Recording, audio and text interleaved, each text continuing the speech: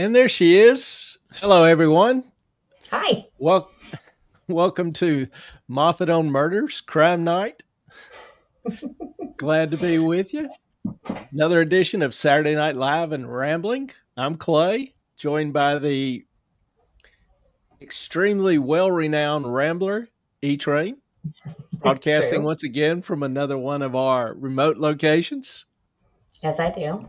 Good to be with y'all tonight. Dogs, good to see you. Looking forward to Crime Night. Who says crime doesn't pay? That YouTubers are making a fortune on these cases. Yeah, We'll they see. are. Who says crime doesn't pay? Oh, shit. That Sorry. YouTubers are making a fortune. Getting a little feedback there. Well, hello, Jane. How are you doing? Hey, honey. How's Good it to going? see you. I need to find your. Hang on. I got to get over here and do something different. Jane, I was actually thinking about you being up in Pennsylvania. We are getting a ton of wind, and it feels like it's getting a lot colder. So, didn't know whether you were, getting hit with that cold front. I saw some predictions earlier in the week. I haven't checked the weather actually, but looked like cold and snow could be coming in according to the one of the predicative models. So, didn't know whether you were enjoying a nice winter snap or not, but was thinking about you. Let's get to it. We're up in Mifflinburg today. It was 16 degrees. There is a reason I don't live up north. I was talking to a friend up in Montana, and I think I mentioned this Tuesday night. She said it really wasn't all that cold. It was like 60 degrees the other day. And I'm thinking now, what is it, 40 below? Beautiful area. Pennsylvania is beautiful country. Really, the whole Northeast, once you get outside of the cities, up in the mountains, absolutely beautiful. But yeah, the winters, just not a winter fan. So, All right. Hey, everybody. We've got quite a few here on X watching. And if you guys want to make any comments, go for it. And I am here watching the chat. And also on Rumble, watching that as well as YouTube. So, yeah, we have a very open format. We really welcome questions, comments from y'all. Try to cover them relatively quickly. We're a smaller channel, so we don't get thousands of them. So we can do that, and we enjoy it. So if you've got something, throw it up. And hope you all are staying warm. Tonight, the curious case of Luigi Mangione. And I probably don't roll that enough, as if I was, spoke proper Italian, but forgive the Southern dialect. I think everyone's pretty much familiar with Luigi, his murder of United Healthcare's CEO Brian Thompson, but most don't really know the background that maybe led to the murder. Tonight, we'll take a look at some of that background, not only Luigi's but the family, some of their roots, connections. And quite honestly, I got to give huge props to E-Train. Oh. This is really her baby. She has done a ton of work looking into his and his family's history, some of their corporate history, and just absolutely couldn't have done this by myself, because there is a ton of info to evaluate. Jane, I worked for Nick Mangione back in the 90s. That was his grandfather. That was at Turf Valley. Oh, do tell. Didn't know it. I figured there were, there's always 9 degrees of separation, supposedly. I heard 7. Or 7? Maybe it. What's the Kevin Bacon rule? Is it 7? 7 degrees. 7. Okay. And I don't know how the hell that got started with Kevin Bacon, but anyway. Yeah, always interested in any personal stories y'all have. But, just want to make sure I give E-Train some proper credit for her efforts. She put a lot of time into it. Yes, I did. some of the history is modestly interesting. I can't really connect it to the murder or motives for the murder. And we'll kind of touch on some of that as we go through tonight, just for curiosity's sake. And I know this is not purely a financial or business topic, but it's kind of hard to deny that money doesn't underlie a number of issues emerging from this tragic event. In fact, you could say the number one motive was money. And we'll get to that as we go through the discussion. We will try to provide a little better understanding of what happened, possible motivations, and future implications for healthcare. And the information that is real and what is false. Because Yes, there's so much out there right now that it's crazy. a bunch, absolutely bunch. Now, we're going to start briefly with Brian Thompson, the victim, guy that most people knew nothing about till a week ago. And even today, with all the coverage about his company, about Luigi and his motivations, his quote unquote manifesto, which we'll talk about shortly, Mm-hmm. most people only know that he was the leader of a great evil corporation who presided over the deaths of millions. And yes, I'm exaggerating here, Mm-hmm. but if I surveyed, I teach. If I surveyed most of my students, I was thinking about as I put this together. If I surveyed most of my students, or most students, high school, college age, most young adults, who do you think would be held in higher esteem? Mao, Stalin, Lenin, or Brian Thompson?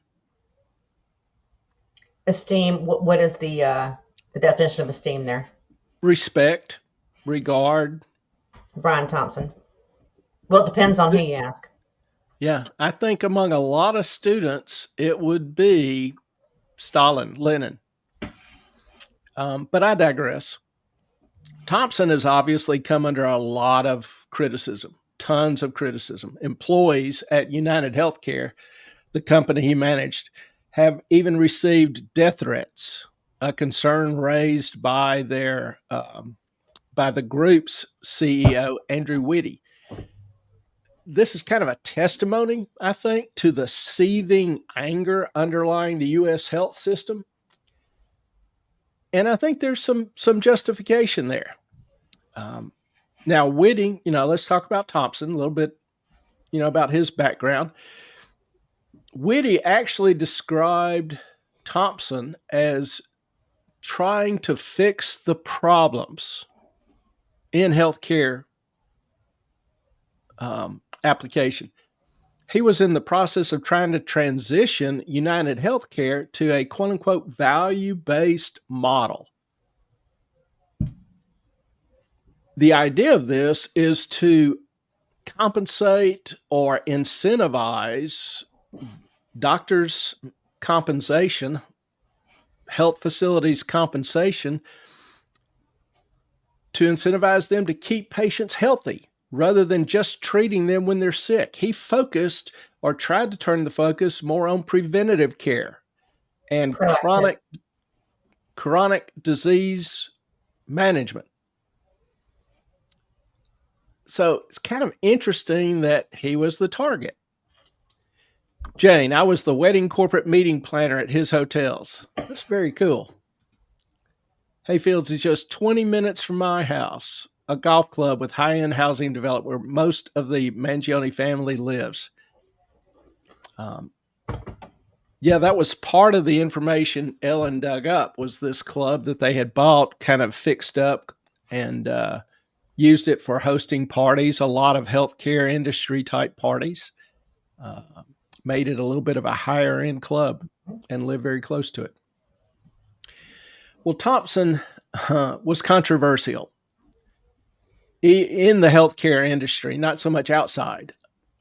Under his leadership, and I don't know, I couldn't find out how much he actually had to do with it, but under his leadership anyway, United Healthcare implemented AI review of cases, and came under pretty severe criticism for increasing denials of coverage, and the AI's error rate, which some people reported as high as 90%. 90% of all denied claims were denied in error. So that was in the healthcare industry and insurance circles, That's huge. a big topic. Yeah, that was a big topic. Don't know if Luigi knew that, found out about that, just don't know exactly all of his background. We do know that he did volunteer at all of his family's healthcare facilities when he was in high school. Yes, they have a chain of healthcare facilities, nursing homes, long-term care homes, Mm-hmm. and he did volunteer at a number of those, which gave him some background, some experience in the application of healthcare, particularly for older and chronic patients, infirm. Now, in May of 24, Thompson was also accused of insider trading, selling shares before public disclosure of a DOJ investigation into United Healthcare. Now, insider trading, if you have information that is not publicly available and is considered material being that it would influence the price of the stock if investors knew about it one way or another. So it has to be non-public and material information. Well, Thompson was made aware of the DOJ investigation at some point in time and sold his shares after that. So that's where the accusation of insider trading came from. At the same time, the Firefighters Pension Fund filed suit alleging he sold $15 million in stock he did not disclose. That's another thing about insiders. Insiders can buy and sell stock all they want based on publicly available information. Mm-hmm.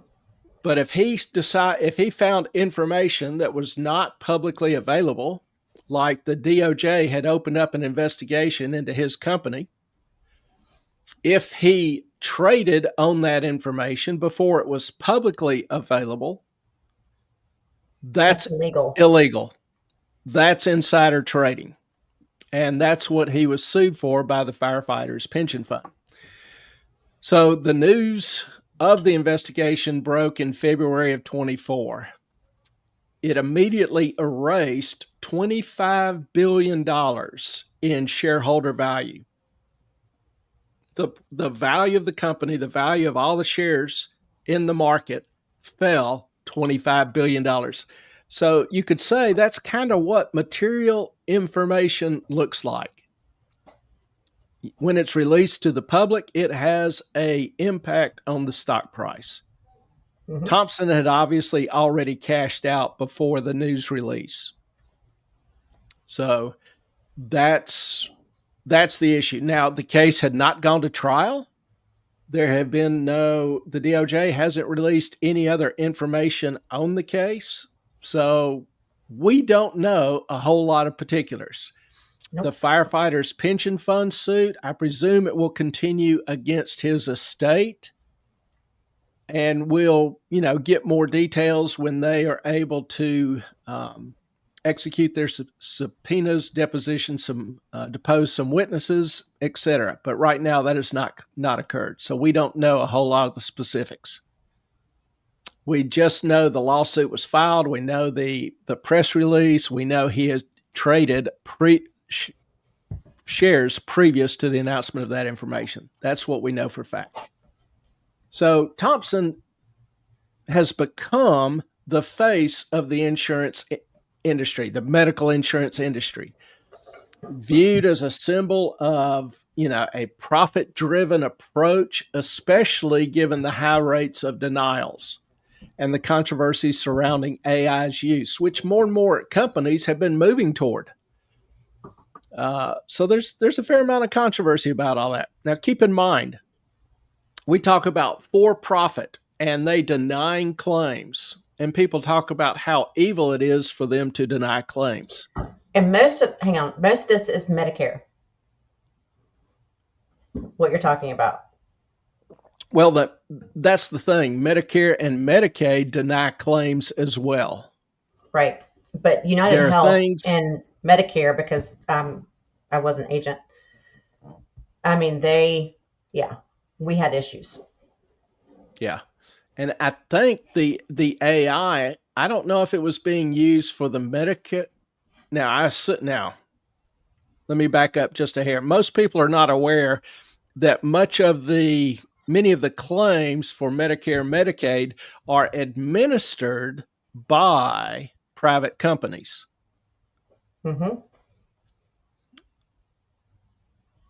So, in terms of the specific denials, I think it encompassed both the Medicare, Medicaid claims that United Health covered, as well as their private coverage, private employee, employer, individual coverage. So I think it was across the whole spectrum. So it's really not just a private company, it's also Medicare, Medicaid. They all deny claims. They all have limitations to their coverage. The real question is, are they following the contract? But there are tons of things that Medicare and Medicaid won't pay for. There's tons of things that private insurance won't pay for. Right. But the perception is, and has been created really in the past week, that for-profit companies are denying claims just to increase their profit. Many have expressed anger because of this towards the insurance industry, resulting in, like I mentioned earlier, some threats against employees in the healthcare industry. Now, I will say, I think I'd be remiss if we didn't talk about this some, because there is a lot of anger and subtle justifications for the murder.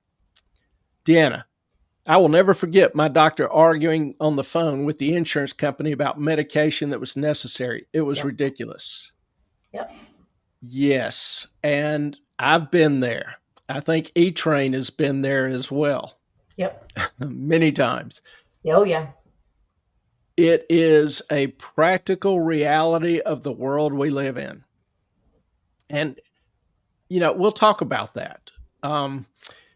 Because in many cases, the insurance companies will negotiate with certain providers, be they doctors or pharmaceutical companies or medical supply companies, and try to negotiate a better price on their services and goods, drugs.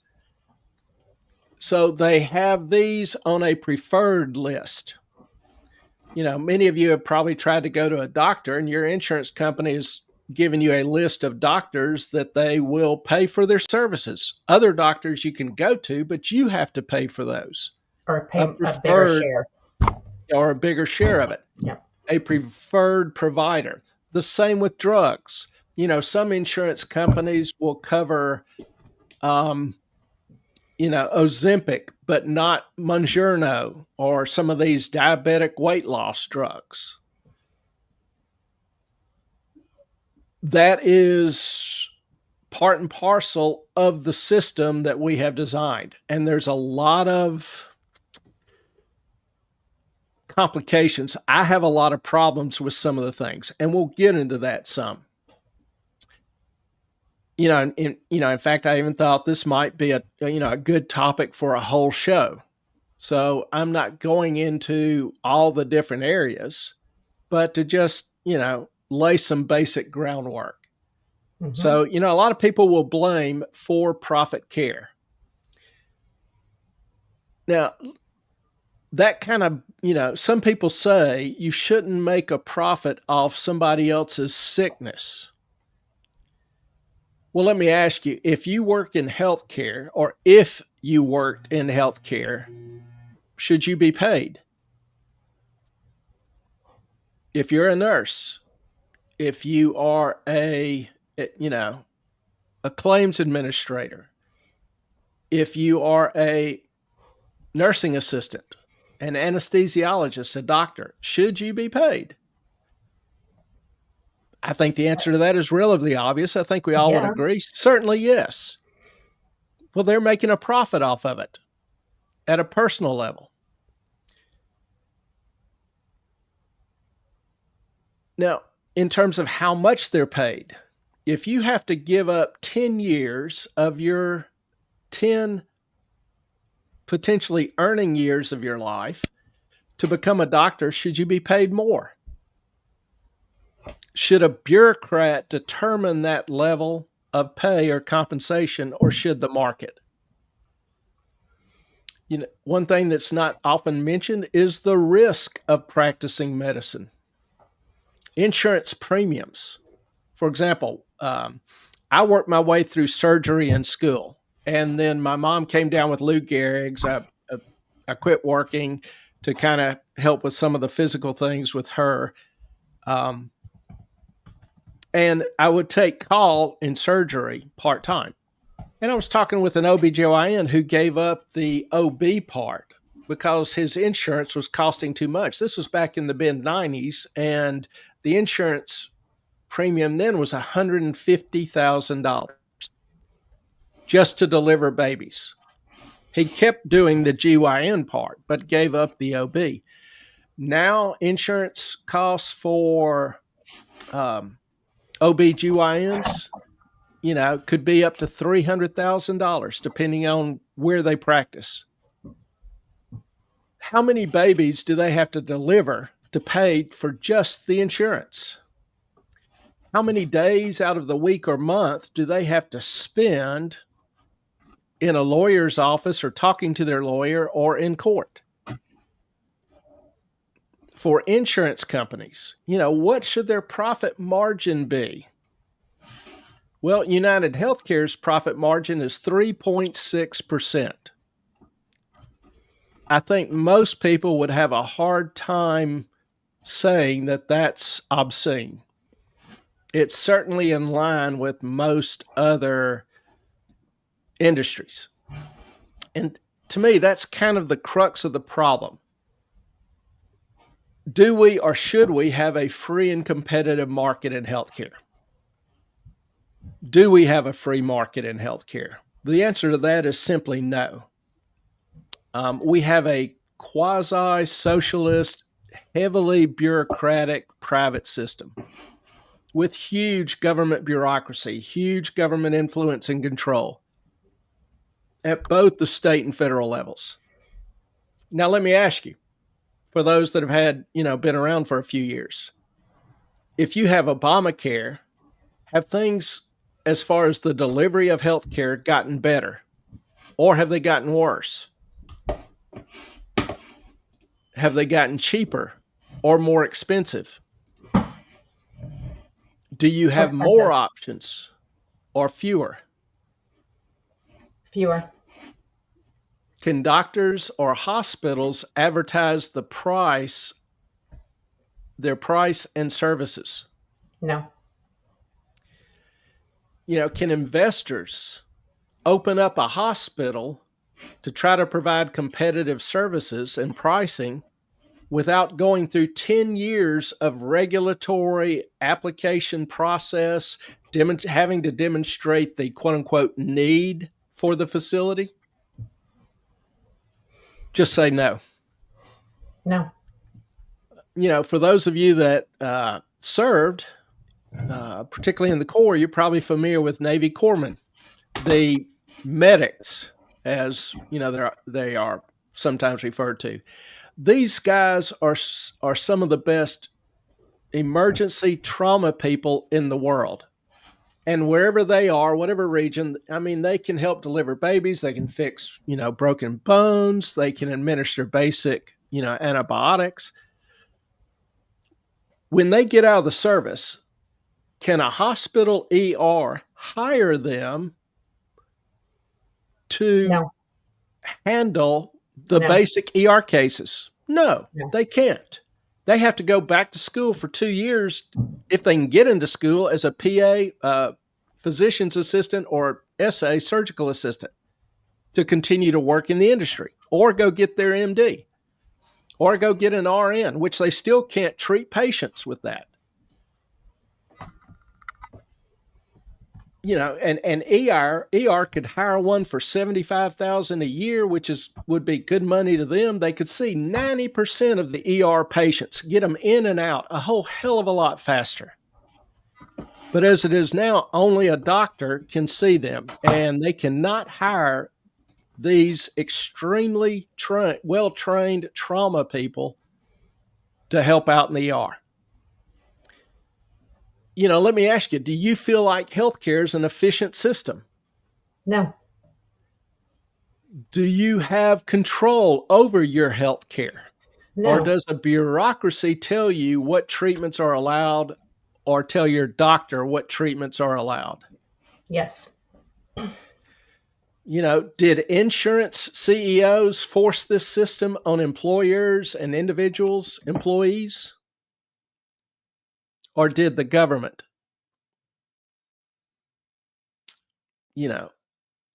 So the bottom line question after answering all these questions is, was Thompson really responsible, or was he a scapegoat? You decide. And, that really might be a topic we want to go into more detail of, as we go through some night. Now, let's consider Luigi. Raised in a relatively affluent family, a family that started and owned, as, E-Train stated earlier, owned nursing homes and funeral homes, which gave him a background in healthcare management. A smart guy, he was valedictorian of his high school.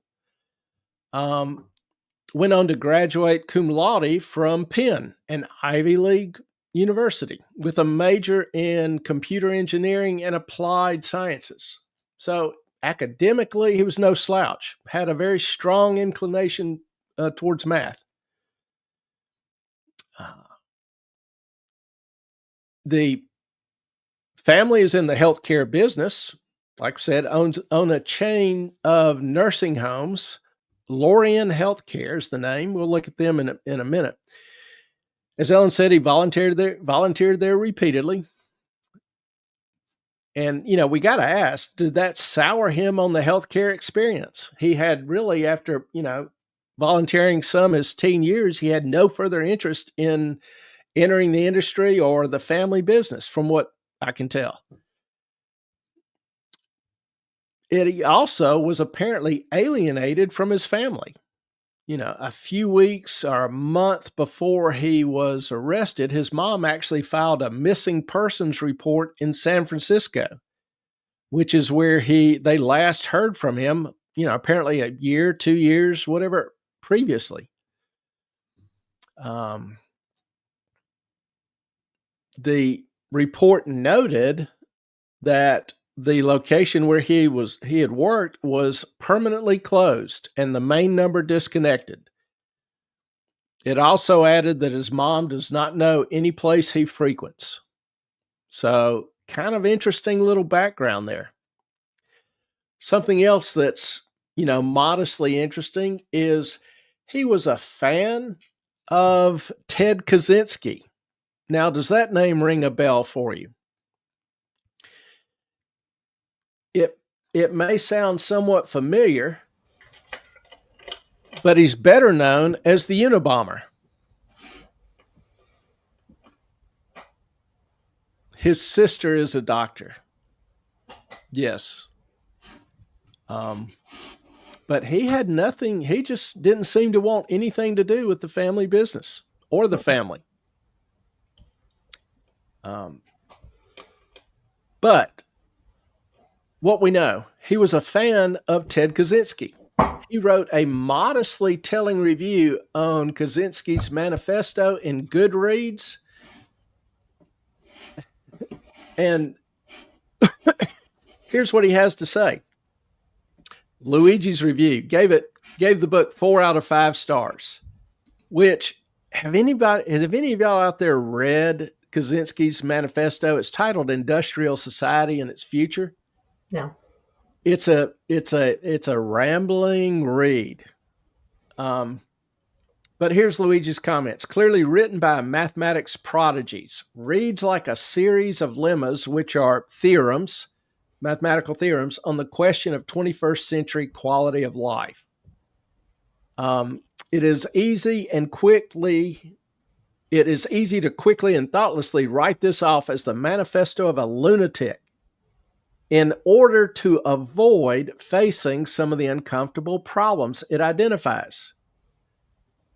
He was a violent individual, rightly imprisoned, who maimed innocent people. While these actions tend to be characterized as those of a crazy Luddite, however, they are more accurately seen as those of an extreme political revolutionary. That's almost admiring the guy. And then he takes this quote that he found on Reddit by a guy named Boss Potatoness. Don't ask me what the hell the name means, but this quote talking about Kaczynski.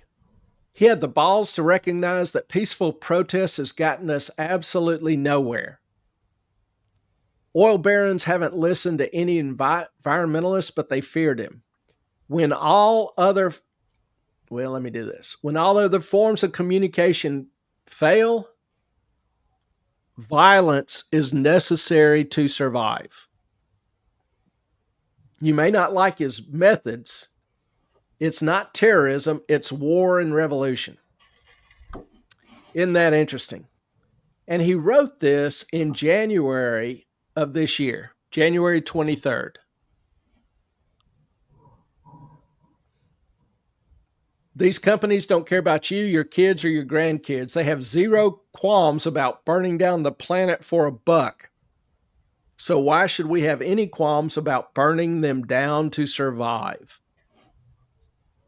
We're animals just like everything else, except we've forgotten the law of the jungle and bend over for our overlords when any other animal recognize the threat and fight to the death for their survival. Key phrase, violence never solved anything. It is a statement uttered by cowards and predators. This was a year ago, almost a year ago, and you can tell Luigi has already moved mentally to a state where he is advocating violence. So my question becomes, thinking about the application to Thompson, the murder of Thompson, how long has he been planning this? Well, let me put out there that he has not communicated much with his family in a year. No. I talked about that while you got up and left. Okay. And his mom filing a missing persons report in San Francisco. Okay, you didn't show this earlier when you were talking about it. Sorry.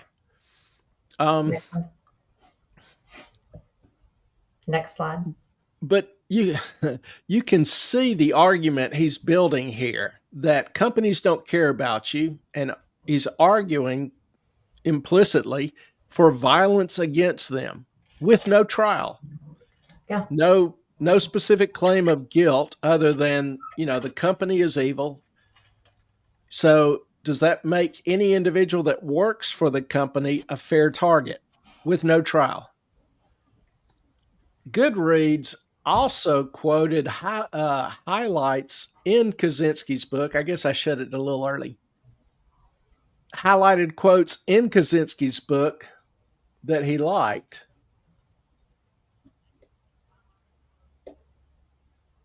The conservatives are fools. They whine about the decay of traditional values, yet they enthusiastically support technological progress and economic growth. Progress? Okay. Apparently, it never occurs to them you can't make rapid, drastic changes in the tech or economy of a society without causing rapid changes in all the other aspects of the society as well. Is that true? Can you acquire new tech and it changes your values or your principles? Yeah. Is it the tech that does it, or is there some Well, other force in society or culture that's responsible? well, the tech creates that change in society and culture, which, like, let's talk about smartphones. It changed culture. It changed the way we communicate. It changed the way we got information and who we got it from.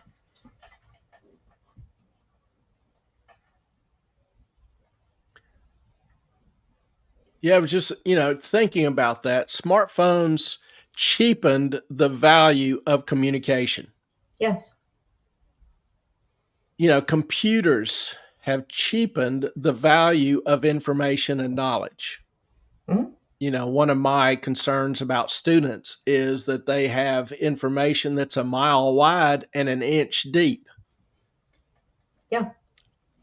How many of them really, particularly at the undergraduate level, have spent any time in a library going through reading different books, researching a particular topic? How many of them even read books anymore?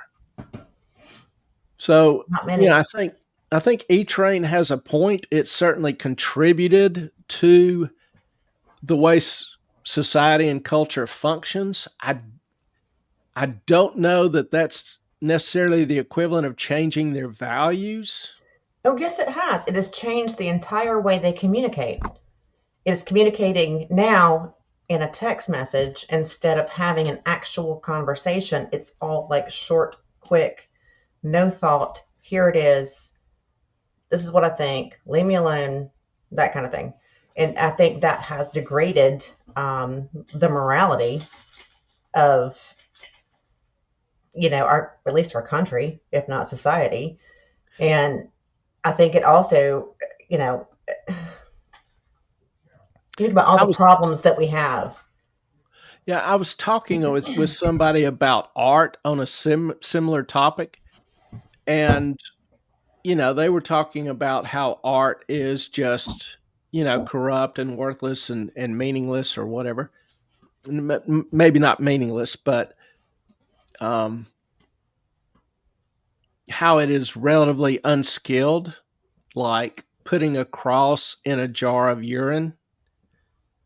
That That's really doesn't take any special skill. no.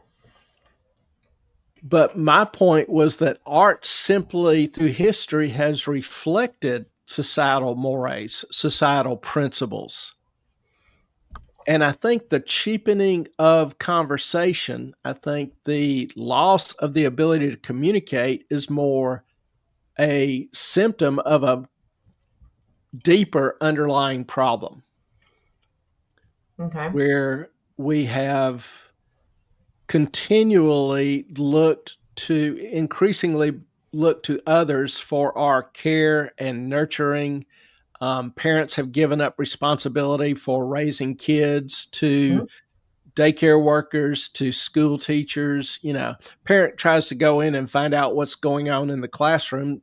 They're basically told oftentimes by the teacher board of education that it's not None of really their their business. business. Yeah. Yeah.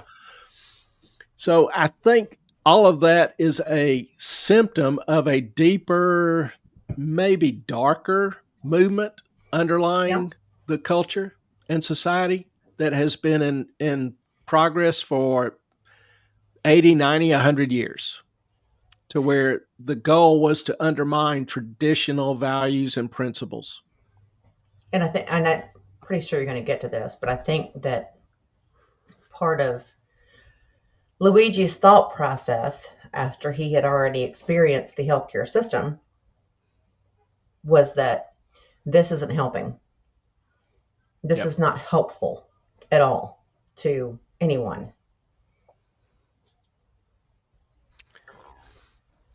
So, that's something that's fascinating to me. It may not be to most people. We could obviously talk about it, in more detail. Maybe we will some night. But back to Luigi. And I don't know why I get this stupid thing popping up. It's irritating as hell.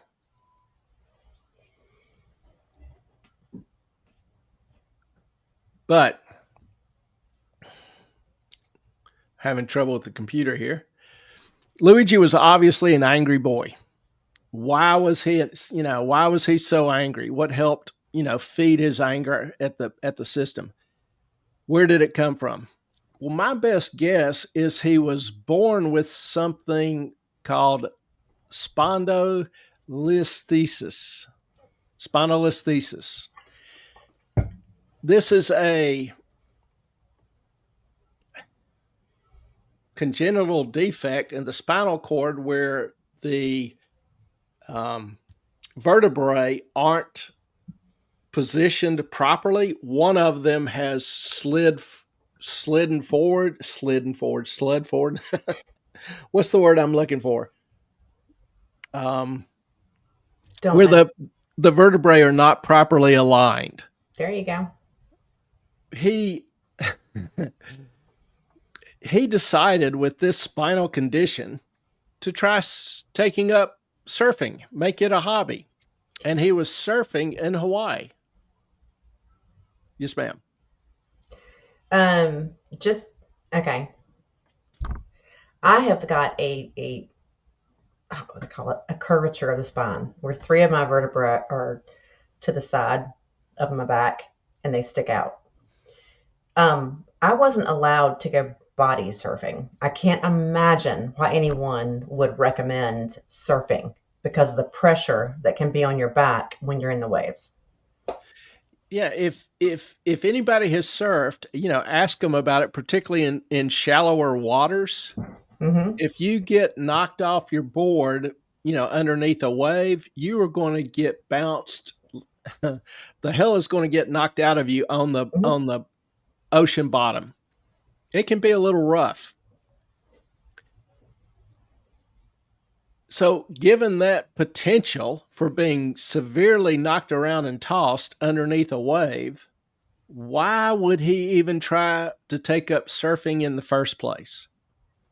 Don't know. But he severely aggravated, quote unquote, a pre existing condition where one vertebra slips forward over another. And it's really extremely severe pain. Well, due to the extent of this injury, he had to have what's called spinal fusion. And his x-ray, or his presumed x-ray, was posted on his Twitter site. And you can take a look. It's a combination of rods and screws inserted into the vertebrae of the back to stabilize the spine, to really lock that portion. He's got one hell of a curve there. Yeah. Just saying.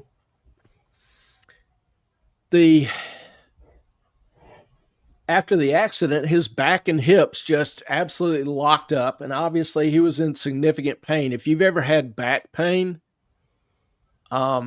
you had a little taste of it, unless you've had something to this extent. It's almost, it'll cause paralysis, it'll cause Mm-hmm. extreme pain, and the event is something that wouldn't be hard to imagine it having a profound impact on his life. Exacerbating his chronic back issues and raising them to a debilitating level. So even after the surgery, and possibly as a result of some of the surgery, he continued to experience extreme back pain. According to friends, his condition did not improve, and he described his spine, this is Luigi's own words, as heinous, with just giant screws going into his spine.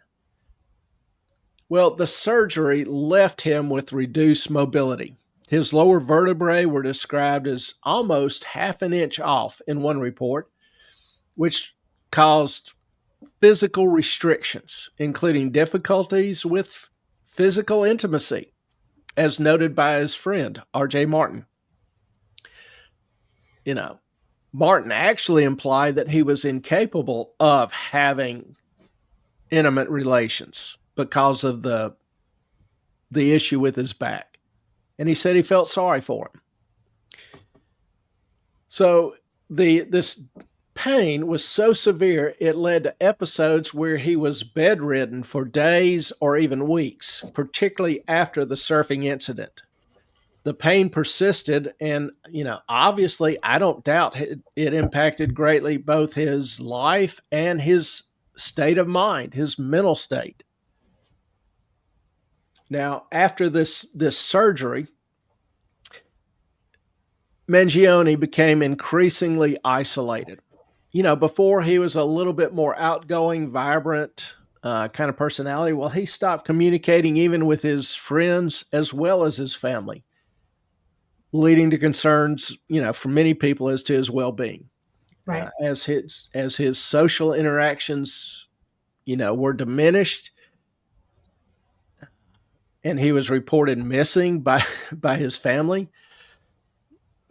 He was also going through apparently a radicalization process, which, if you think about it, if you have extreme pain just as a matter of your daily existence, and sometimes it's so extreme it just completely incapacitates you. Clay, Clay, Pop's Yes, ma'am. calling. I'm gonna pop off for a sec. Okay. Yeah, Ellen helps out a lot with her grandfather, and that's who's calling. So whenever he calls, she needs to answer the phone. But he apparently was undergoing a transformation mentally into a more radicalized state of mind, such as the Kaczynski review that we noted earlier. Did his injury play a role in it? I'm not a psychiatrist, but I'm fairly certain it obviously didn't hurt. He became highly critical of medical insurers, particularly United Healthcare, which he targeted in his later actions, obviously. Now, that's interesting to me more so because, one, his family was very affluent, very wealthy. He could afford good doctors. He could afford anything medically that he wanted. So being denied a claim just wasn't a severe issue with him. Don't know what exactly spurred his anger toward United or health insurers in general or the industry in general. But, I hope that comes out. I haven't been able to find anything specific on it, but I don't have any doubt that there was a, transformed state of mind. The his friends even, have been quoted as saying he went, quote, absolutely crazy after the surgery, suggesting that the physical pain of the surgery led to some psychological distress. Now, there's a lot of what I call curious issues surrounding Luigi. As if, thinking the Unabomber wasn't a terrorist, but was a revolutionary, even an admirable one, isn't enough. He, and even his anger at the medical industry, the insurance healthcare industry, was because he chose to, with a structural defect, he chose to go surfing. And he's blaming the medical industry for it. So looking at, his target and his methods, his movements before his arrest specifically aren't, they are unknown. How he found out about Thompson's schedule is a big question to me. We do know he was in New York 10 days before the United Healthcare conference. But more interestingly, he was in New York 6 days before it was announced publicly. Now, the bus he was on originated in Atlanta, and some people think he was in Atlanta. We don't know. The bus obviously had several stops on the way from Atlanta to New York. I, looked up the schedule. It's about a 19-hour drive, and there's 6 or 7 stops along the way. He could have gotten on any of those stops. We just don't know. But he obviously started his trip well before United Healthcare announced the conference or the meeting in New York City. How did he find out? When did he actually start preparing for this event? Don't know exactly how he found out, but there's really only one way: insider information. Did he have somebody inside United Healthcare? Uh, or with his background as a hacker, he used to hack healthcare and insurance company databases. He obviously was extremely skilled, um, having a master's in computer science.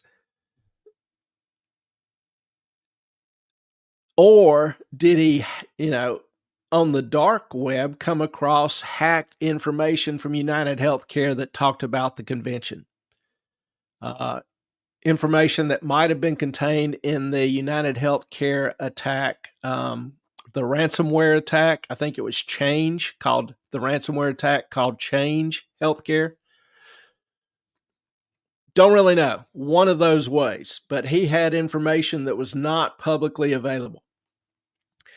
Well, Luigi's hatred of the healthcare was also kind of curious, as I mentioned, seeing as how his family was a healthcare provider with nursing homes, a resort uh, used to host healthcare companies for parties and retreats. The family, actually Luigi's grandparents, started this company called Lauren Health Services. And this is their website, founded by his grandfather, who Jane actually used to work for, Nicholas, and his wife, Mary Mangione.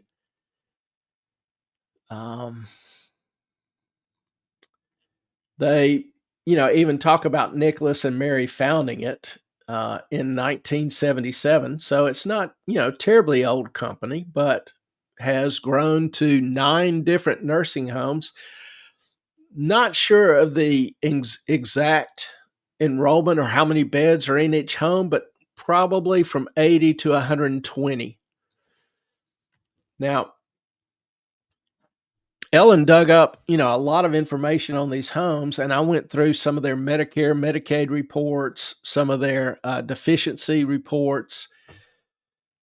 And some people, will say, they had 29 deficiencies over the last year. Well, among 9 different nursing homes, that's not necessarily horrible. It's not good, but if you go through, and I did go through each of the deficiencies, every one of them was minor.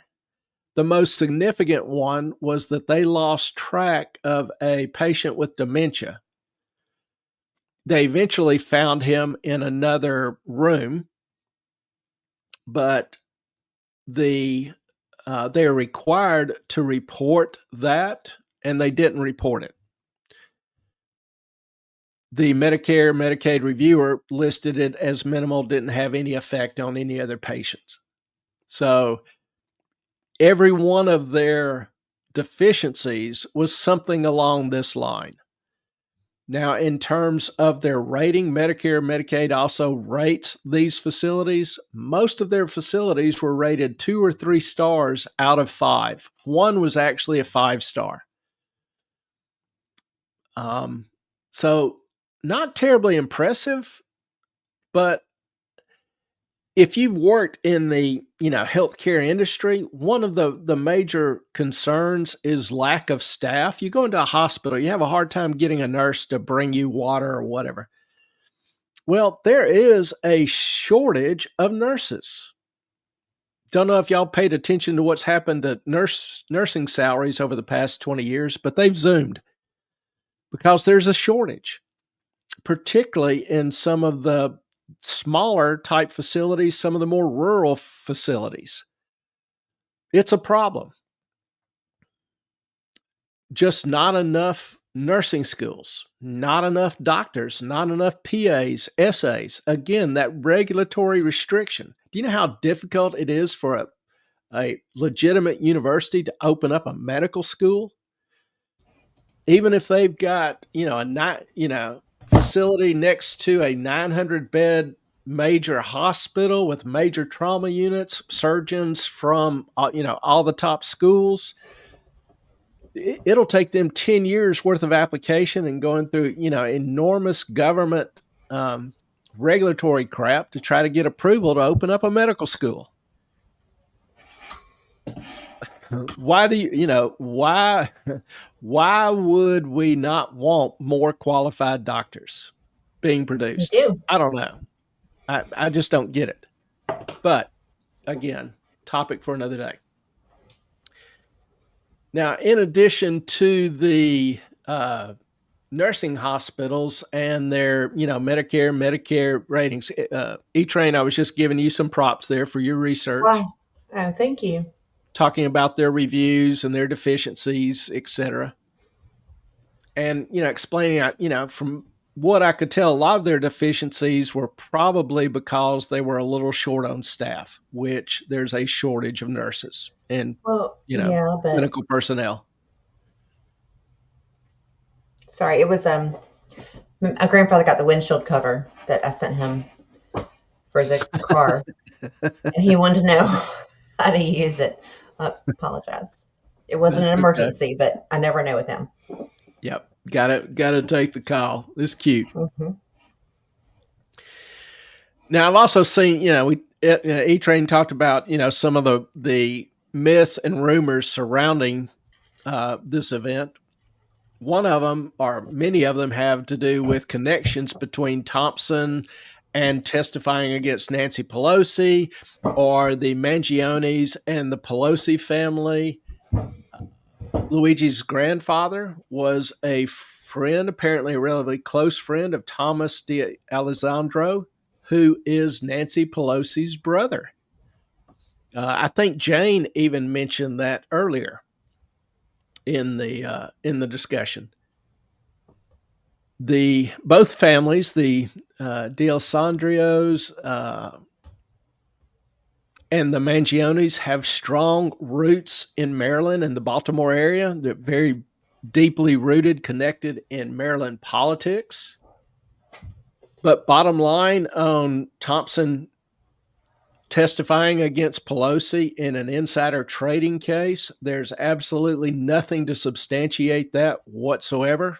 He has not been, caught. He's not been subpoenaed. He's not been listed on any witness list. There's not any investigation the DOJ into Pelosi's insider trading. Let's face it, people. It is actually impossible for Nancy Pelosi to insider trade. She's a prominent congresswoman and is charged by her office with conducting her affairs to the highest ethical standards in the world, that of a U.S. politician. So it's utterly inconceivable that she would use her position, the information gained thereby, to affect trades using information that nobody else has access to. Just can't find that believable. That is correct. Nancy just had a hip replacement after a fall. Yeah. For those of you who aren't aware, she did fall in Italy, broke her hip. So she had to undergo surgery yesterday. In Haven't Germany. heard in Germany. Mm-hmm. Haven't heard any release since the surgery. I hope things went well for her. Everything says it did. She's fine. We shall see. Which is kind of also interesting to me.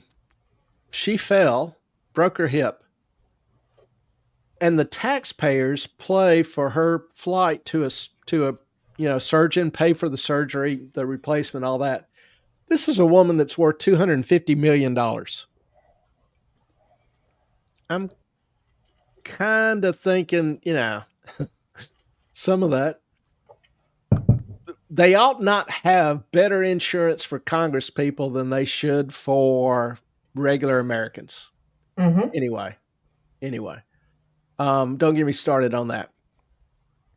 But bottom line, there's nothing that I can find that ties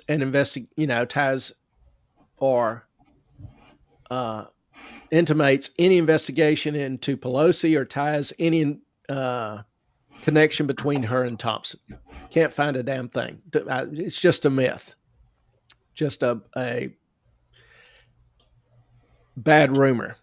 In terms of any connection between Pelosi and the Mangiones, other than, her brother being a friend and having, some distant connection, couldn't find any evidence that she's had any dealings with them, meetings, No, attended it's any the parties, more the anything like Palo that in a decade. more the Palo Alto connection, I think. Yeah, but even with that, I couldn't really. Do you know? Do you know of any connection between Palo Alto and the Mangiones recently? Just the fact that they were also involved in there's a lawsuit that I sent you in the data breach that you excuse me UHC was also involved in. Um, Yeah, and those. that Pelosi traded Palo Alto, but sold, I guess, right before the breach was put out there. Yeah, I referred to the data breach. I'm trying to remember the name of it earlier. That the ransomware attack that United Healthcare went through. Don't really. There hadn't been any publicly available information on what the actually was all contained in the breach. One of my speculations was maybe there was information in there that led Luigi to New York. But Palo Alto is a cybersecurity company that And after he the investigated breach, it. was hired by United Healthcare to manage their cybersecurity.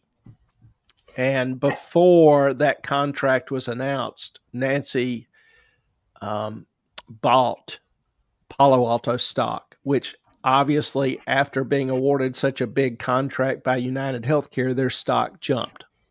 Yeah. Again, let me, reiterate, it's impossible for Nancy Pelosi to ever insider trade. Yeah, whatever. She is a prominent congresswoman and is charged with maintaining the highest ethical standards in the world, that of a U.S. politician. Moffat. I hope y'all know the or understand the sorry, I'm getting text from my grandfather. The what's the word I'm looking for? The The the not the facetiousness, the sarcasm. facetiousness. Yeah, sarcasm. Duly noted. Anyway, All right, well, let's continue with the fun. This is something that, you know, I find really, really curiouser. Got to give credit to Alice in Wonderland. Curiouser and curiouser. Well, curious, this sir. is really seriously curiouser. This is Luigi's Twitter page. And, if you'll notice here, there's his well known pic. There's the picture that I posted of his spinal fusion. And Mm-hmm. then this, a Pokemon character. Apparently, Luigi was big into Pokemon. Hmm. Well, what's, okay. He wanted a picture of himself. What do you call that when a girl posts a hot picture? Thirst trap. Oh, We'll call what? that a thirst trap. Trying What to does draw that mean? attention from guys. Well, this Okay. would be his attempt to draw attention from whoever he was attracted, wanted to be attracted to. Then you've got his spinal fusion. So Mm-hmm. these two, kind of understandable. This one's a little weird. So if you go look it up, it's Breloom, which hell if I know. I've never done Pokemon, don't know anything about it. I'll just leave it at that. Well, Breloom is a fighting Pokemon who is actually a mushroom. And this mushroom has the ability to poison others or put them to sleep, which obviously he was sleeping a lot. So that's kind of a curious pick. What I want you to pay attention to is this Pokemon number 286. 286. Okay? Keep that in mind. What does it say? Now, The national. I national number. Okay. Okay, this mushroom, basically causes paralysis, which Luigi was kind of paralyzed in his spine, and sleep, which he did often. Okay, Mm-hmm. 286. Now, going back to his page, you'll notice his number of posts, 286. Mm-hmm. Okay, that's kind of a little curious. Well, how about this? If you look up insurance codes 286 for insurance companies, it's a denial code, denial of coverage. But wait, we're not done. His cousin, who's in the Maryland House of Representatives, has 286 followers. Or he's Oh, following 286. yes, he's following 200. Sorry, he's following 286 others, which gets even more curiouser. Luigi was arrested in Altoona, Pennsylvania. Everybody knows that. What they don't know is it was 286 miles away from the murder scene. Interesting.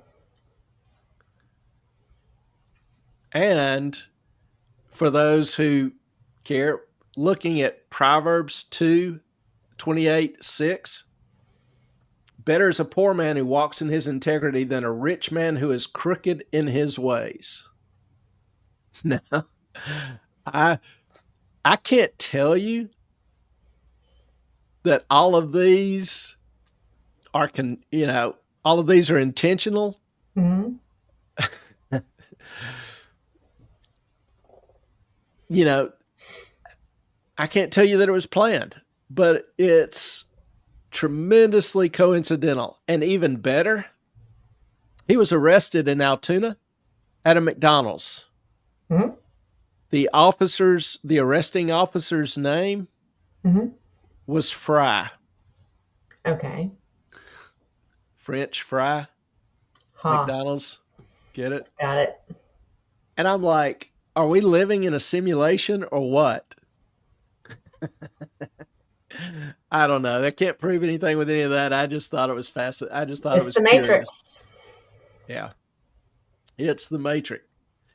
Now, Luigi, good old Luigi, was arrested with a gun. And, most every report I have seen describes it as a 3D printed gun. Mm-hmm. Some have described it as a Beretta 19 Gen 3, actually, I think is the one they're referring to. Now, the accounts that say it's a 3D gun are only partially correct. They're not intentionally correct. Meaning. Well, 3D first. Understand what 3D printing is, and there may be some people who don't. 3D printing is a literally you have a design on your computer, you send it to this specialized printer that Mm-hmm. instead of ink uses a nylon-like polymer, a thermoplastic, Mm-hmm. and it lays rows or beads of this plastic down in Mm-hmm. different shapes, designs, whatever, and creates whatever structure you want in the plastic. Mm-hmm. Now, there's actually a very highly specialized 3D printer that can use a real thin metal filament, but it's really only applicable in jewelry and sculptures. Okay. Well, the gun itself has to have some pretty strong metal components. The slide and the barrel. We'll talk about those in a minute. So the gun was only partially 3D printed. The thermoplastic is tough, but it's not carbon steel. So Luigi's gun actually is what's known as a ghost gun. Ghost gun. It's a hybrid design that combined a 3D frame with steel springs and a barrel and a slide. Now, some people describe it as a Glock 19, but it's not. Here's a picture of the Glock on the left. Here's a picture of Luigi's gun on the right.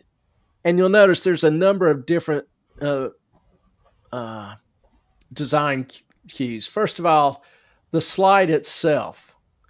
Here on the Glock, it's got a prominent Glock logo. Also appears on the handle. Well, on Luigi's gun, there's neither. On Luigi's gun, you've got serrations on the front and on the front and on the back of the slide. On the Glock, they're only on the back of the slide. Right. The sights are very different. The magazine release button is very different. Notice this has, space surrounding the button. The Glock is just a button, no space, no cutout. Yeah, there's a few other differences, but this gun, this half below the slide is this part here, the barrel here, are both metal. He had to buy those separately. The lower, this part here, the handle, the magwell, and the trigger part, he was able to print on a 3D printer. Here's a picture using a different type of plastic of the lower that he printed. The design model is known as a Chairman Juan V1. It's a update to an older 3D model FMDA 19.2. It is a basic Glock design, but the gun is not a Glock. He had to buy the metal parts as a kit, and a sample kit is here below. This is not the one he bought, but you can see there's the slide, and it comes with a barrel. Many of them will come with a spring. He'd have to buy a trigger assembly. So he bought the metal parts. He 3D manufactured the lower and the magazine, put them together, and made his gun. You can do this in probably 15 to 30 minutes. You can YouTube how to do it. It's no big secret. Don't Obviously share that with people. Well, it's out on YouTube. Well, I it's know, just publicly available information. You don't have to publicly share it. Just saying. Well, with his skills as an engineer, he was intimately familiar with 3D printing.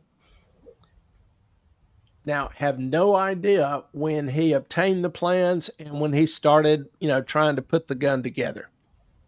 Information we don't know. More interestingly is he also printed a suppressor. And anybody that calls it a silencer, I'll kick off the channel. It's a suppressor.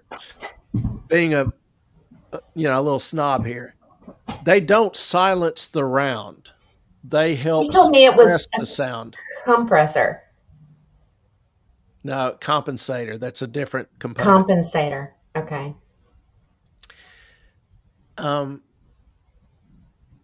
A suppressor works to reduce the sound, reducing it to a lower level. Now, it looks like, from what I can tell, that he printed off. I couldn't get a good picture of just his suppressor.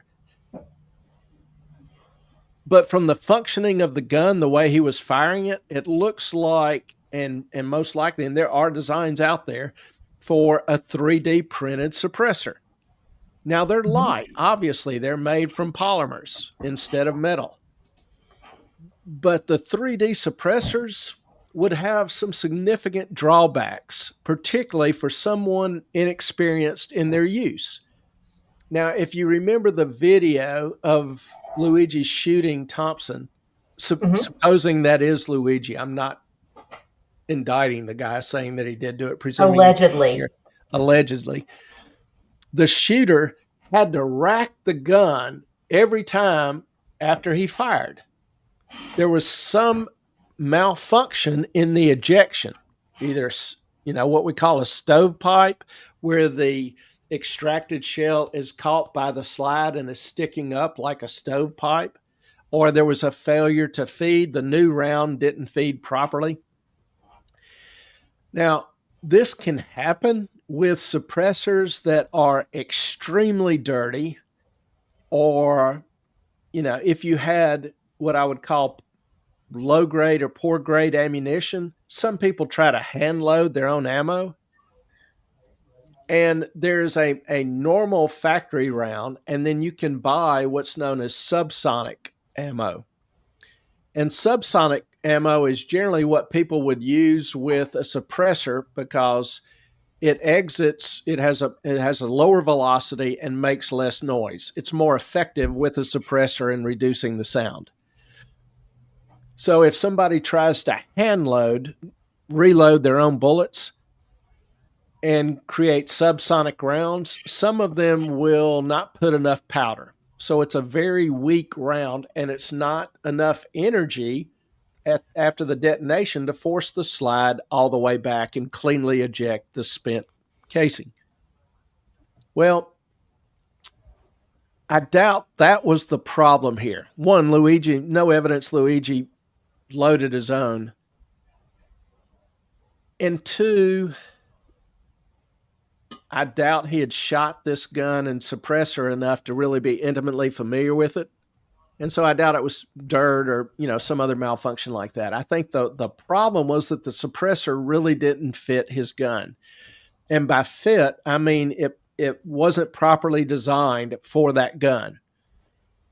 3D suppressors don't come with a Nelson device. A Nelson device is sometimes referred to as a muzzle booster or a piston. Most suppressors you purchase have the piston built in. And this piston helps manage the recoil and the gas. Now, the bullet goes into the receiver, into the barrel. And when it's fired, obviously there's a detonation of the power. The bullet is propelled forward, but also the force of that will force the slide back, resulting in the ejection of the shell. Well, that's due to the pressure created by the explosion.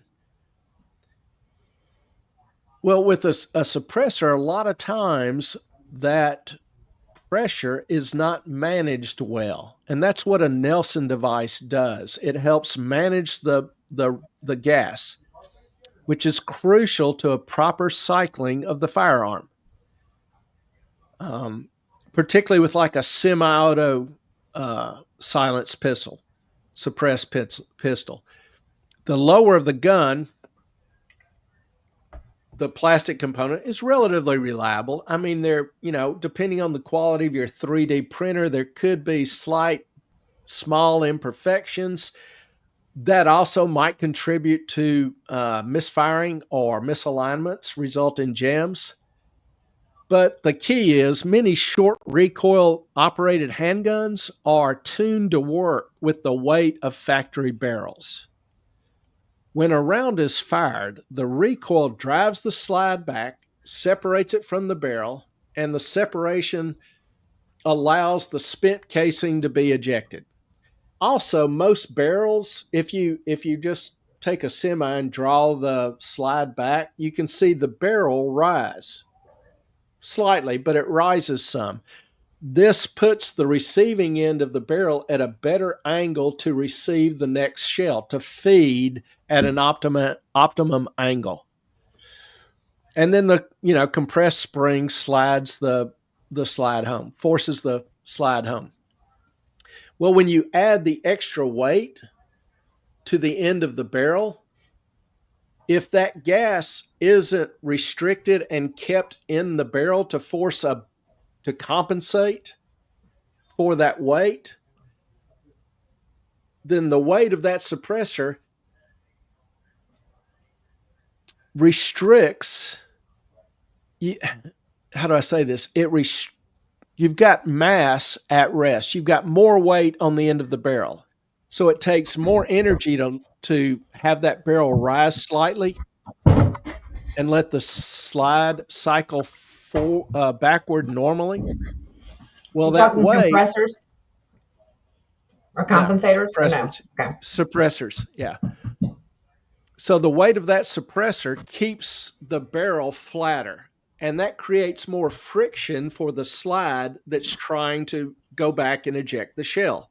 Well, that friction may restrict it from going completely back, creating, a bad ejection or a misfeed.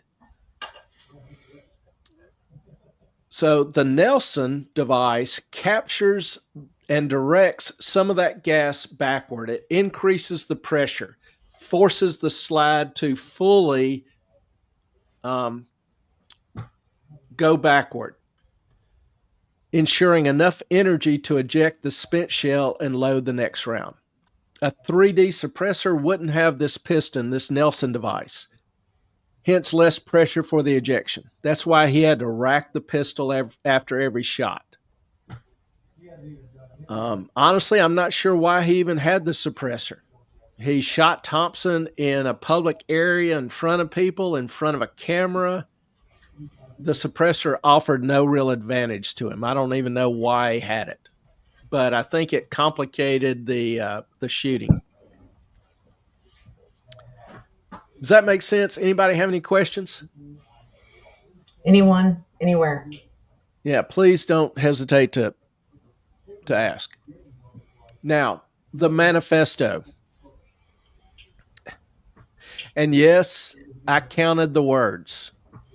There are 262 words. I was so Not disappointed. 8. It could have been 4 in those two little things. 4 more words. I think each one of those was just one word. There's two indecipherable words in the manifesto. Two indecipherable phrases, or we don't know what it was. Yeah, but those two would have had to be, 2 22. each. 268, right? Yes. So he would have needed 26 words. No, you said it was how many in there? 286, 268, And how many were in there? 262. 6 So words. he needed 6 more words. Yes. It could have been in there. Maybe. But when I first counted and got the 262, I actually felt like, Luigi let us down. Bottom line, his supposed manifesto isn't a manifesto. It's No, not even a good no. blog post. But this is the actual thing in his notebook. It's not. There's been a bunch of crap online about what he said that was not true. This is actually it. Correct? Yes, it is. The police department verified it. Yep. If you read through it, the narrative is, somewhat trivial. There's some typos, misspelling. No, It's but not the. I don't. I Go think ahead. he showed a lot of intelligence. I think he showed a lot of respect. I think he showed a lot of his disdain towards the healthcare industry. I don't think it was terribly like crazy or whatever. I mean, it's true. See, I'm going to dispute that in a minute. Go for it. um, but to me, it was, there's some typos, some misspellings. It's not the thoughtful work of a brilliant madman, as some He people didn't. try to paint him. He didn't type it. What he did was he wrote it and someone else I, typed I, it. I know. I'm not saying he typed Okay. it. I'm just saying that, The if this misspellings could be the typing. maybe, um, but the writing, the structure of the sentences, whatever. Here's what he says to the feds: I'll keep this short. Respect you and what you do for our country. To save you a lengthy investigation, I state plainly I wasn't working with anyone. He talks about this all is fairly trivial. There's social engineering, basic CAD, which is computer aided design, the ghost gun, a lot of patience. The notebook has some notes. Da da da. My tech is pretty locked down because I worked in engineering, so probably not much info there. I apologize for any strife Moffat, of stop, traumas, stop, stop. but it had to be done. To the feds, I'll keep this short because I do respect what you do for our country. To save you a lengthy investigation, I state plainly that I wasn't working with anyone. This was fairly trivial, some elementary social engineering, basic CAD, a lot of patience. The spiral notebook, if present, has some straggling notes and to-do lists and eliminate the gist of it. My tech is pretty locked down because I work in engineering, so probably not much info there. I do apologize for any strife of traumas, but it had to be done. Frankly, these parasites simply had it coming. A reminder, the US has the number one most expensive healthcare system in the world, yet we rank roughly number 42 in life expectancy, which is correct. Um, United is indecipherable. Largest company in the US by market cap, behind only Apple, Google, Walmart. It has grown and grown, but has our life expectancy? Question mark. No, the reality is these indecipherable have simply gotten too powerful and they continue to abuse our country for immense profit because the American public has allowed them to get away with it. Obviously, the problem is more complex, but I do not have space, and frankly, I do not pretend to be the most qualified person to lay out the full argument. But many have eliminated the corruption and greed, e.g., Rosenthal versus Moore, decades ago, and the problems simply remain. It is not an issue of awareness at this point, but clearly power games at play. Evidently, I am the Evidently. first to face it with such brutal honesty. The end. I mean, he's not wrong. Yeah, he is. Where? Well, I'll get to that in a minute. Um, it's to me one thing that struck me about this, for example, is Luigi states, um, where is it?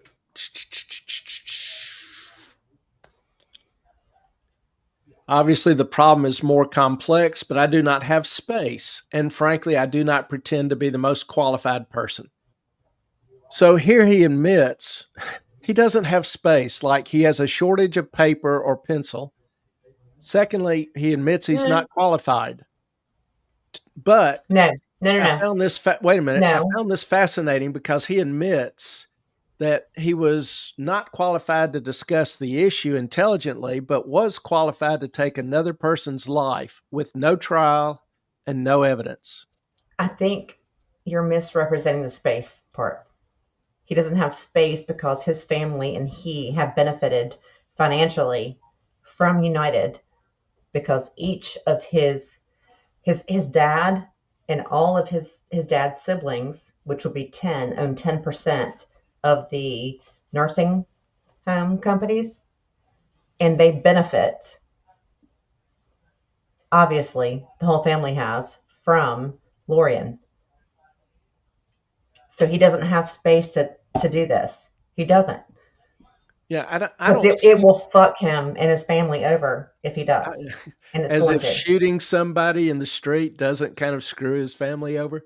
I don't But get that reading from it because he also immediately follows it by saying, I'm not qualified. But no, Yeah, he does right there. I do not Hang pretend to on. be the most qualified person to lay out the full argument. He's saying he doesn't know all the points. He is not qualified to lay out a full argument. I do not have So space. he I he don't ends think up it's okay. he ends up shooting a guy without a trial and without full command of the evidence. Now, he gives hat tips to Rosenthal and Moore. Go Who ahead. are they? Hang on. Sorry. Okay. Who are they? Well, Rosenthal, I believe, is Elizabeth Rosenthal, who, was a reporter for the New York Times and wrote a book titled Am Sick. Let's see if I can get this up.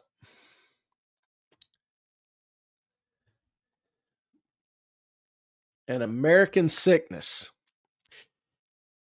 How Healthcare Became Big Business and How You Can Take It Back.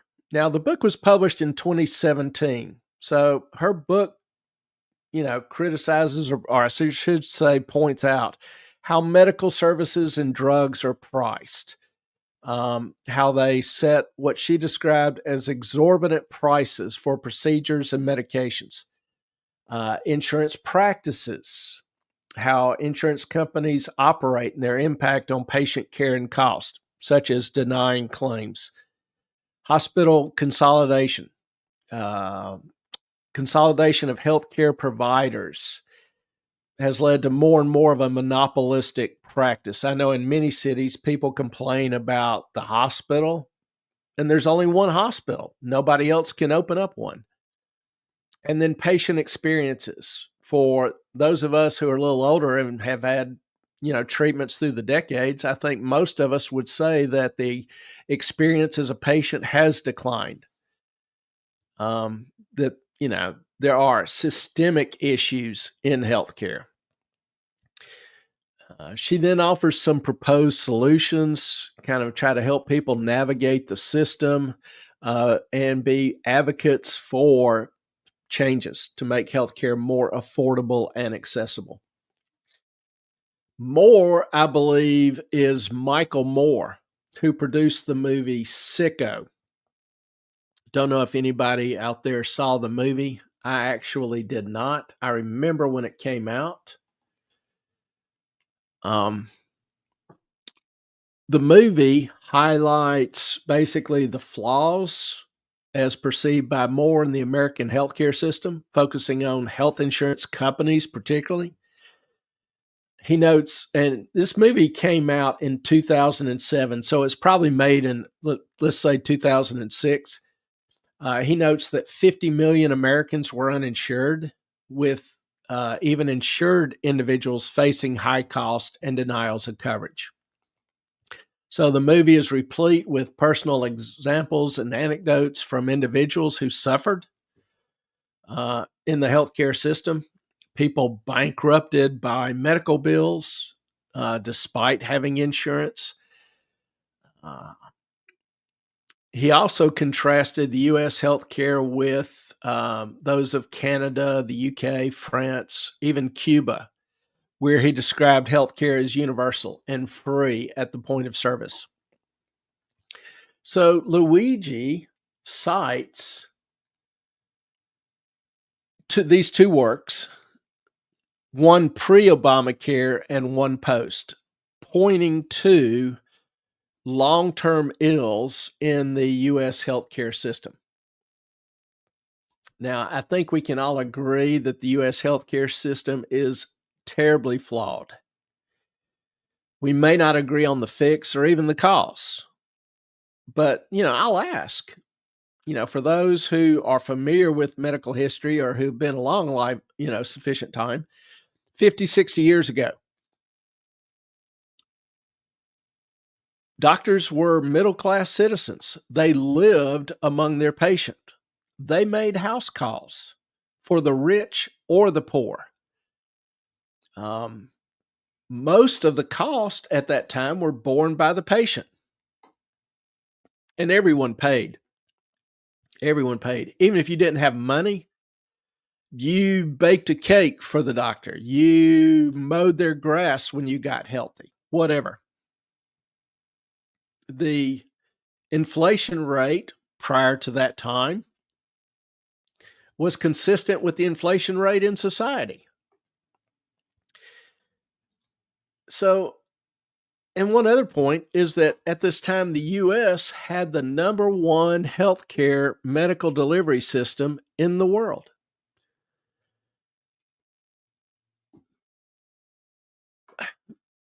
That's a point.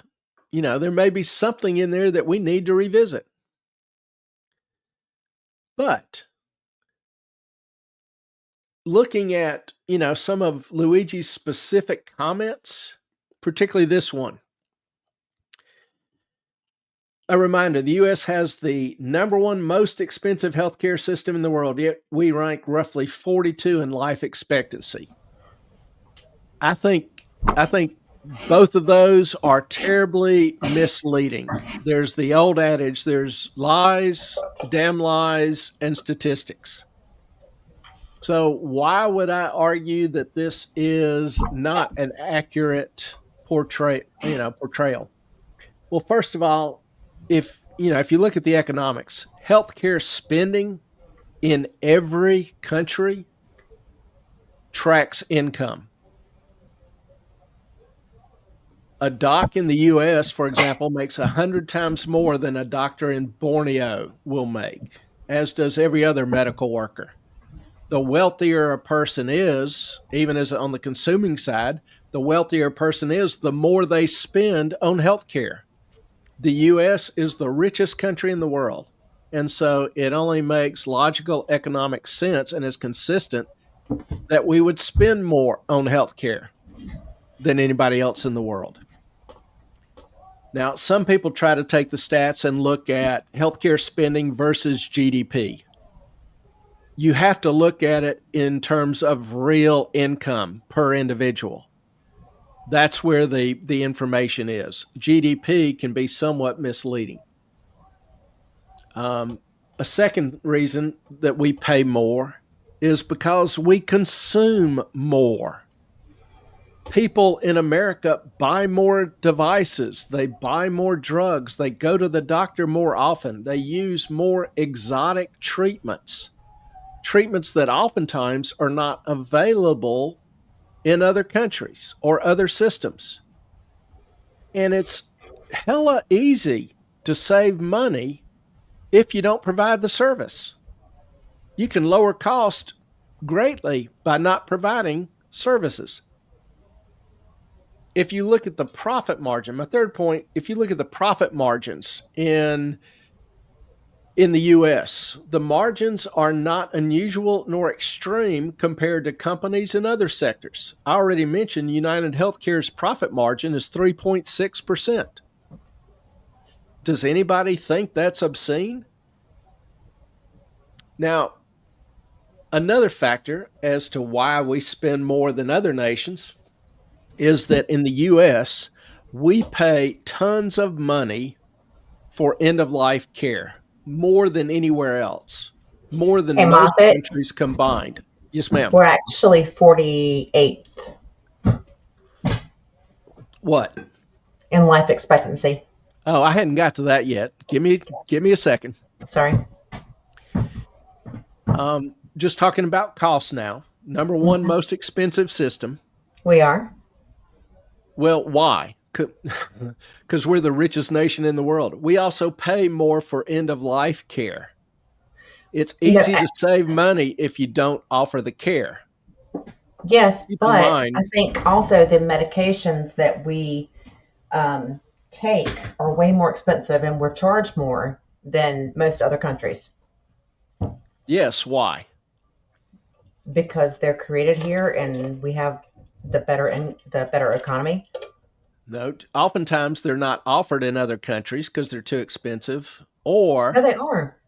yeah, no, they're not. Um, Many of them are not. There was a director for the what is it? Health system in the UK. What's it called? I can't think of the name. But 3 or 4 years ago, there was a former direct NHS, National Health Hmm. Services. There was a former director that died of cancer.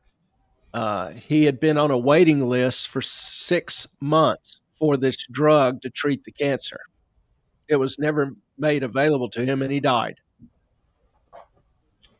There's a lot of end of life care that's not available. That's why so many people in other countries will oftentimes borrow large amounts of money to come to the US and get the care.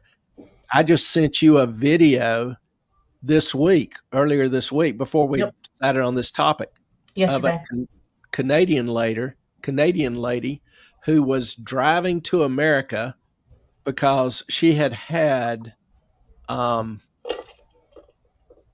stage Cancer. 4 Ovarian. Yeah. ovarian cancer, which is a very, very aggressive cancer. By aggressive, it spreads very rapidly when it's first detected. Hmm. So it requires immediate treatment. Well, she contacted her Canadian doctor and was told that they could probably get her in for a CT scan in a month. I Hmm. forget the exact time. So That's she right. called her American doctor. She's a Dual qualified, citizen. yeah, she's a dual citizen, served in the U.S. military, and so she Hmm. has TRICARE, apparently. She called her American doctor and was able to schedule a CT scan for the next day. She was driving to America to get the CT scan. She had previously, for her stage 4 cancer, received treatment and surgery in America because it was not available in Canada, not in time. So there's a lot of places in the world that save money because they just don't provide the services. Look at Natalie Richardson, the Hollywood actress that died skiing in Canada. She fell and suffered a brain hemorrhage, hematoma, that ended up killing her. Well, she died 4 hours after the accident as she was being flown from the ski resort to a hospital. That would never happen in the US because every major US ski resort has its own CT scanner. Now, they're $1 million a piece. They are not cheap pieces of equipment, but most, 100 bed, maybe 150, 200 bed hospitals and bigger have them. Most ski resorts have their own for that very reason. And she could have received near immediate care had that been detected. Okay, There, Moffat. there also So is a shortage of neurologists in Canada. Yes, ma'am. if we have the best healthcare system, then I didn't say. why? Huh? Go ahead. The most advanced healthcare system as far as drugs and therapies and whatever, then why are we 48th on the life expectancy list? Okay, I'll get to that in a minute. Okay. Patience. I don't Patience. have that. I don't have any of that. That's all right. Now, you talked about the high cost of pharmaceuticals. Hmm. Practical reality is we do more medical research, pharmaceutical research in the US than the rest of the world combined. To bring a new drug to the market, on average, cost 3 billion, that's B, billion dollars. Not Can be anymore. from 3 to 6 billion dollars. Not anymore. Ellen, let me finish the point. Okay. It does cost 3 to 6 billion dollars to bring a new drug to the market on average. So they finally get a drug that passes all the trials, goes through all the qualifications. It's approved. That's one out of, I don't know, 200, 300 attempts. That's where a lot of the money goes. Takes 7 years on average. They have to recoup that money that they spent developing and getting one successful drug. So in the US, there may be demand for 100,000 pills a month. I'm just throwing out a number. Well, to create a manufacturing plant for these pills, even using the lowest production machine available, it can produce 1 million pills a month. So what do they do with the other 900,000 pills that they can't sell in the US? They have two Pause. choices. Pause. They don't have to create a new machine or new manufacturing plant to create the new drug. Sometimes they do. But I Rarely. digress. I Okay. digress. The point remains. They can either throw those 900,000 pills away or they can sell them to other countries. Well, other countries won't pay the price to fund and recoup the research cost. They'll only cover the manufacturing cost plus a small markup. So the companies can sell these pills to universal healthcare companies like NHS or Canada or Europe or somewhere else around the world at a far lower cost than Americans will pay for them and make a small profit on those sales, or they can just throw them away. That's their choice. So Americans cover the cost of research. Yeah. Now, is that the company's, absolutely the company's fault? We cover the cost of research. We cover the cost of the salaries of all of the CEOs and whoever else. I mean, it's not as simple as you're making it sound. Oh, the truth is there. It is that simple. They cannot sell those pills overseas and include recovery cost for the research. They could. No, the other countries Why? won't buy them. They refuse. They just won't provide the pills. There's a lot of treatments and medicines in the U.S. that are available in the U.S. that aren't available in other countries, like the Right? cancer treatment drugs I referred to with the NHS director previously. Right? There's numerous examples. The video of the lady, they don't have million So they dollar will. CT scanners at every hospital, So they at will let every. people die, as opposed to, of course, these new medications. A whole different story because they're getting approved faster than they've had their actual trials done. No, I mean, some of them get a A lot of experimental them. approval like the COVID vaccine, but that's rare. It's generally pretty rare. Ozempic,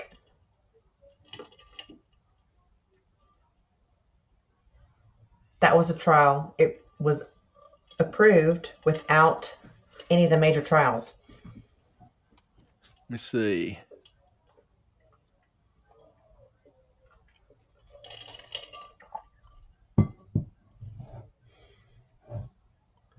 I tried Googling it real quick. That's called a EUA, Emergency Use I understand. Yeah. Authorization, and it's generally only for those drugs that are treating an immediate crisis, quote unquote, like COVID.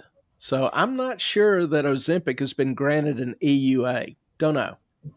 But No, it. that would still be the exception to the rule. All right. Um, Now, so the US does have the most expensive, but one, it's commensurate with our income and our choices. Secondly, Yellen was asking about, why we rank 42 in life expectancy. Well, we rank so low in life expectancy because of diversity and behavioral choices. We have, you know, homogenous societies are generally more peaceful.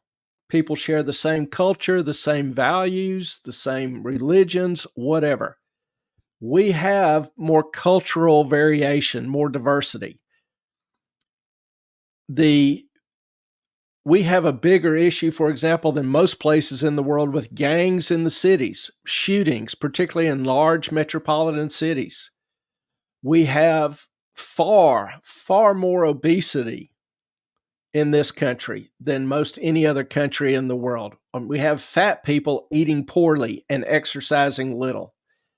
We have greater drug abuse in society, resulting in higher deaths. Now, in certain communities, for example, the Scandinavian communities in some of the northern Midwestern states that live in a homogenous community, they actually live longer in the U.S. than the average Scandinavian in the country they immigrated from.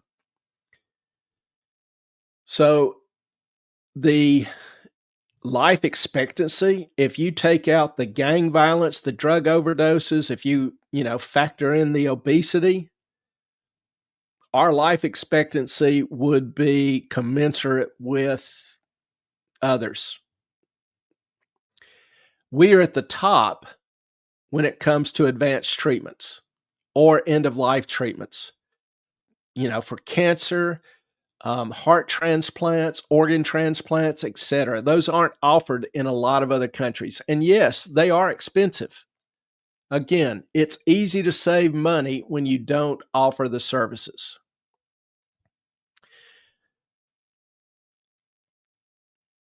All right.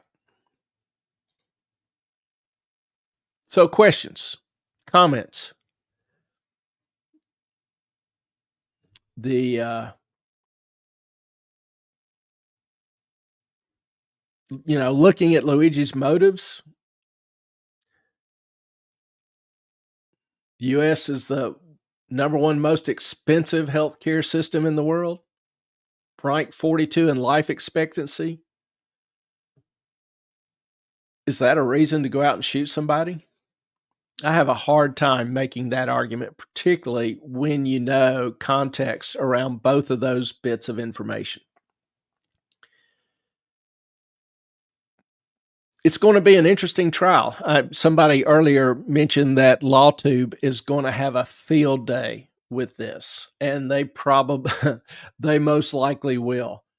Hopefully, if you're viewing one of the LawTube channels at that time, some of this will give you a little bit better background, and you can, chime in and say, "Hey, I saw that on Moffat on Money."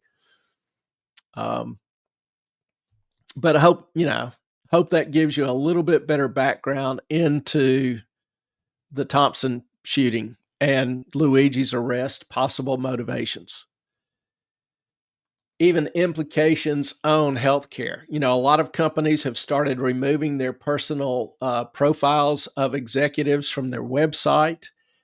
They'll probably be a whole lot more restrictive with information on conferences and meetings. There have been some people arrested already for threatening people in insurance companies. A lady was just arrested for threatening Blue Cross Blue Shield phone consultant. It's different times. And I think we can all agree that the medical system is in a mess. I would oftentimes more point to the bureaucracy, the regulation, the lack of competition as a problem. And we have a good example. Plastic surgery is almost all private pay. Insurance doesn't pay for plastic surgery, cosmetic work. It will pay for reconstructive if there's an accident. But looking at the cosmetic side, it's a big business. Well, if you look at their rates, they haven't increased their rates in 20 or 30 years. They don't have huge billing or insurance departments. They don't have the legal liability that other practitioners do. So it's, there is some evidence that a freer market in healthcare would offer significant benefits.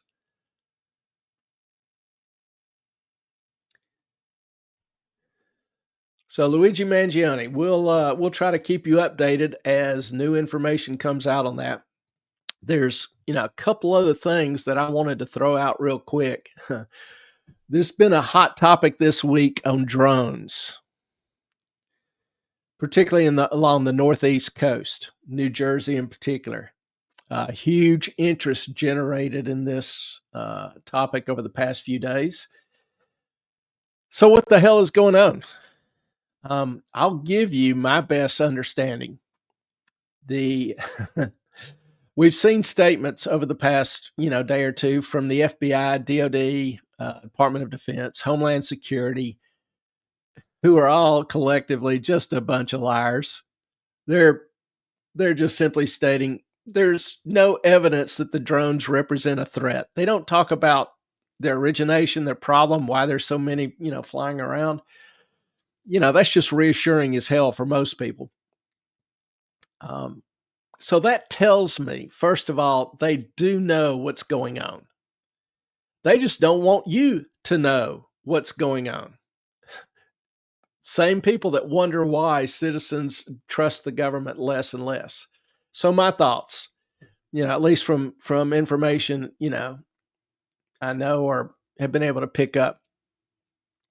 I don't think there's any doubt that the drones are obviously military or quasi-military, owned and run by the Defense Department or Homeland Security or the Space Force. They are not from another country, not Iran, not China.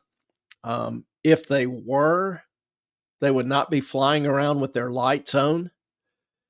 The FAA requirements would not be a concern to them.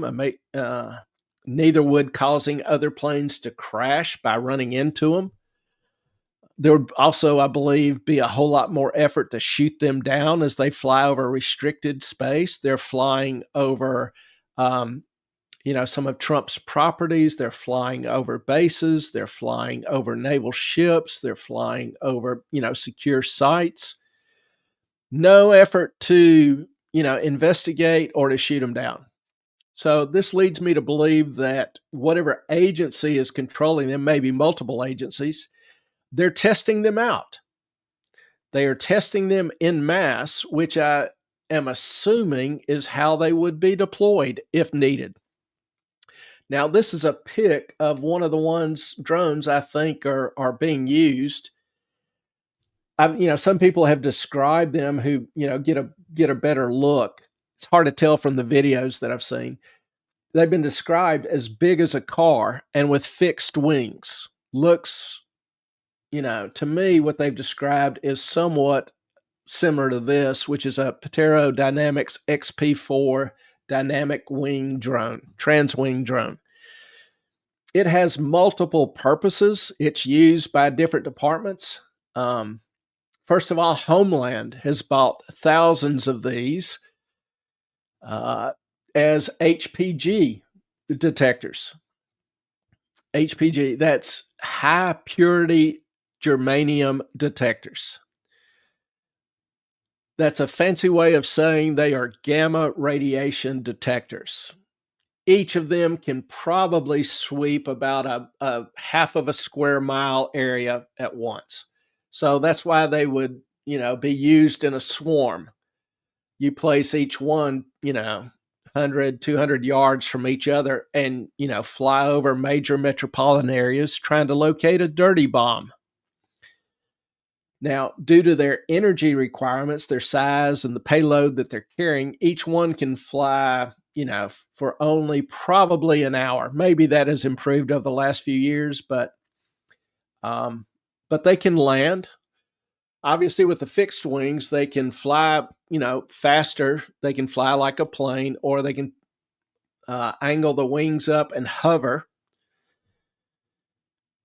But they, after the hour, they can land. The batteries quickly be swapped out, and they can be replaced or, used back to continue the mission. So these are designed to detect dirty bombs. So they are likely testing couple things. They're likely testing their ability to sweep a city, a major city like New York, and they're testing the public's reaction to the swarm. They, kind of need to have a story in place for if they are ever needed for the real McCoy. Obviously, they can't tell the city that there's a dirty bomb somewhere. Now, the drone originally was developed by the Navy as a recon and even a logistical resupply drone. It can pick up and deliver packages between land and ships that are moving, which is, kind of a nice little feat. With the transwing, it can fly faster, obviously, or it can hover at will. From what I was able to gather, the size is about 13 feet by 6 feet. So it's consistent with the size of the car comments that some people have noted. And also, they've been most commonly seen in northern New Jersey, which coincidentally is right next to McGuire Dix Lakehurst Base. That base is the home of the Naval Air Warfare Center. Naval Air Warfare's job is to design, research, test, develop, support aircraft for the Navy. So my guess is that at least some of these are running nighttime training missions between NOCAD and a Navy ship offshore that's moving, which would explain why people have seen them sometimes coming from the ocean. Also, these drones would probably use high frequency comms, a mesh network for comms, probably in the 200 gigahertz range. This would likely cause some FM signal interference. So people have talked about, the FM radios have gone out or been a lot of static or whatever. So, my intuition is that this is just I don't want to call it a psyop, psychological operation testing, people's reaction. I mean, I've seen some people out with guns at night shooting at them, which is illegal. But they're obviously compliant with FAA rules. They've got their lights on. They're staying at certain altitudes.